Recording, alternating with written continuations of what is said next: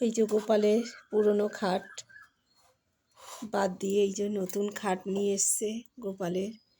আমি বিছানাটাকে সুন্দর করে সাজিয়ে দিয়েছি। আমার মনে হয়েছে, আপনাদের কেমন মনে হয়েছে বলবেন।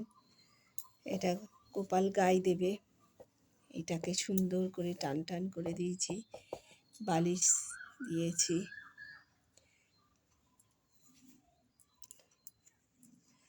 দুটো পাশ বালিশ কিনতে হবে, পাশ বালিশটা এখন ছোট হয়ে গেছে।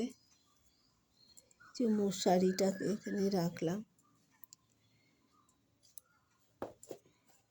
গোপালের বিছানাটাকে সুন্দর করে গুছিয়ে রেখে দিয়েছি, সকালেই গুছিয়ে নিলাম।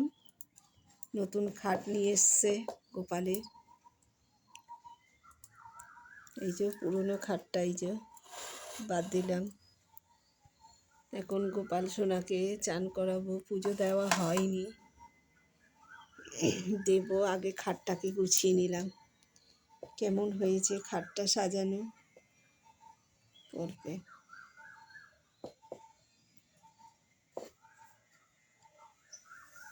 হরে কৃষ্ণা, রাধে রাধে।